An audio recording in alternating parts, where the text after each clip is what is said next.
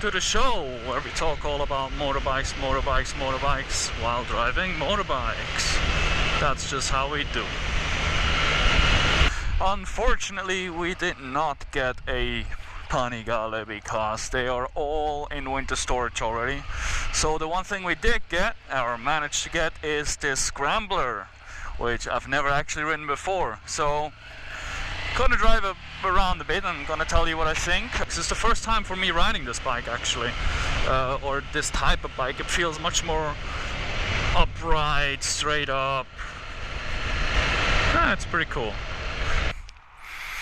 Alright, welcome to the review of this Ducati Scrambler, which I just got because I brought my other Ducati into the repairs because the left-hand indicator was broken.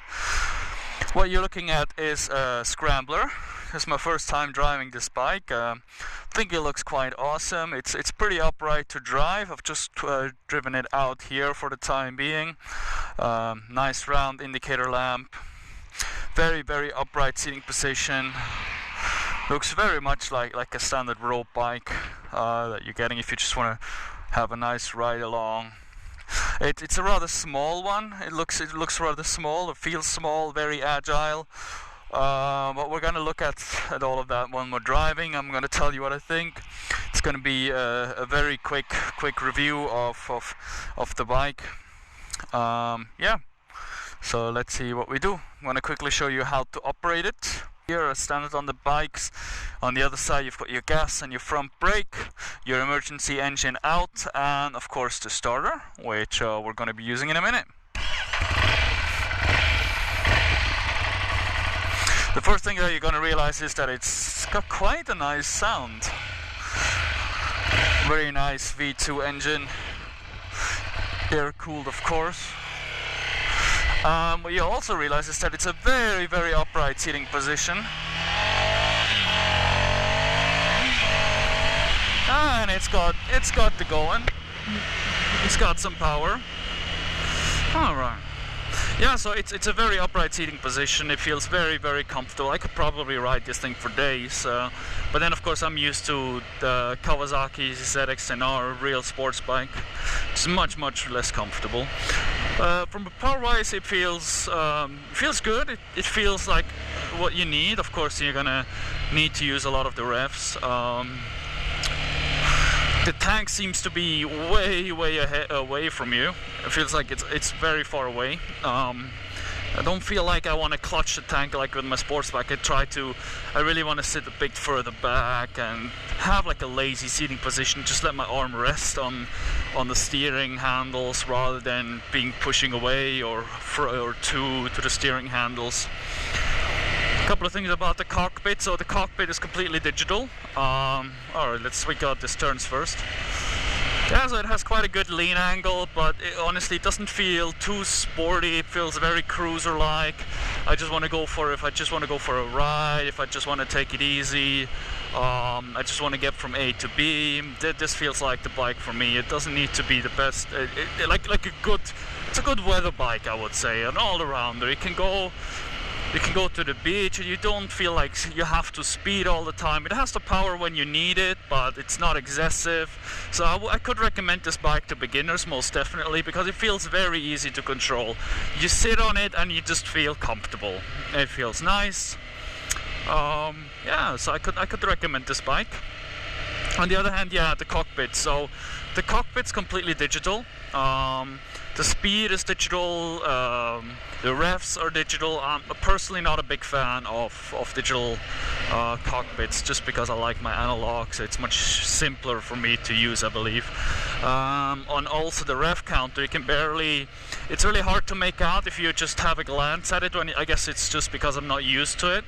But if I glance down, I can definitely see the speed. The cockpit, I mean, if you look at this, the cockpit barely takes away any of the space in front of you. It really feels like a nice little naked bike.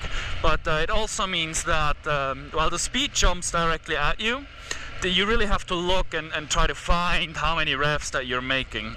So that's a bit of a, I would say, not necessarily a drawback, because I think on this bike you do hear your engine. It's a bit jumpy and low revs, I just realized. Yeah, it's very jumpy and low revs actually. So That's just a standard with the V2 engines. It's the fact that in the low rev sections you really need to work with the clutch, otherwise they're just not, let's say, I get off the thing and it dives in if I get off the throttle. And if I hit the throttle, it just immediately wants to go. It just goes, oh, here we go, and it almost lifts the front wheel even. Unbelievable. It doesn't have a lot of power, but the Newton meters it produces, just the torque it has is crazy. Yeah, so that's just something to keep in mind if you if you do want to get this bike as a starter bike. It's not just a simple easy bike. You do have, I guess, to control it somewhat and be aware of it, not as to jump off. Yeah, it does. Very, very jumpy. So yeah, it's actually a good idea. Let you listen to the revs a bit so you can hear what the engine sounds like. I do like the sound of the engine. Alright, here we go. Oh! It shows 12,000 revs, but at 8,000 it limits it. So it has a rev limiter. I actually just saw that the red lights are going on when you hit the rev limiter. So that's quite hilarious. Never seen that happen before. So it flashes at you.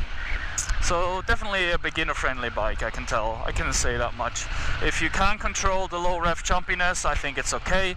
But then again, it also helps you develop a feeling for the clutch much more easily. Something else I noticed, the indicators. So you don't get a very strong feedback. You click it and it immediately clicks. It doesn't. There's not much room for movement, or it doesn't feel like there's much room for movement.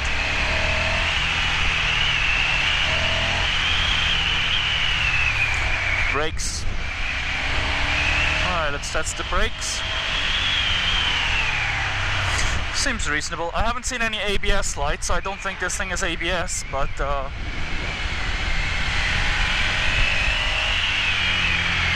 yeah, very agile. So I have to say, I'm not feeling too confident putting this too far into the lean angle, just because I'm not familiar with the seating position all that much. But it feels nice. Honestly, it feels very... I think if I just want to go for a cozy little ride on a Sunday, I just want to get from A to B, not too many turns, just a bit of nice driving, feeling the wind in my helmet, then definitely this would be the bike. And then of course, I mean, if you work with the clutch, definitely this thing has some agility. Definitely a very agile little bike. I mean, if you have to take the motor test here in Switzerland, you have to drive around at the complete angle that you can put the steering in. And honestly, this is a very far steering. So if I just test it out here, actually going way too fast for the 8. Wow, that's a massive lean. Well, maybe it's just because the handles are so far apart, which I'm not used to either. But it feels like it has a massive angle and a very, very small turning circle. I actually can't put it all the way in because my left arm is not long enough to extend all the way for me to put it all the way. Oh, this is almost the maximum lean angle, come on. I can't do it. It's not a thing to really do a hanging off, although we can try hanging off. I can do a hanging off, just looks hilarious, I guess. Alright. Yeah, the clutch feels very natural, so the clutch is... seems it has a little bit of play, which is good. It don't immediately hits when you try to put in a gear. Feels very natural. As mentioned, the bike is a bit jumpy on the lower revs to the V2 engine. It wants to just go when you hit it. But once you have it on the gas, it feels very comfortable as well. Very good reaction. I like that. I like it when you hit the throttle and actually something happens and you don't get the massive delay. So yeah, very, very happy. Good little bike. If you're a beginner, I don't know. I did say before that I would recommend it, but I think for a beginner it's a bit too jumpy in the low revs and it might scare you. If yeah, don't go for a V2 as a beginner, that's what I'm saying. At least not for this one. The other one, the 696, that's our bike. That one maybe I can recommend. Alright, that's it for the show. Thank you very much for tuning in. And yeah, I hope I'll see you next time. Cheerio.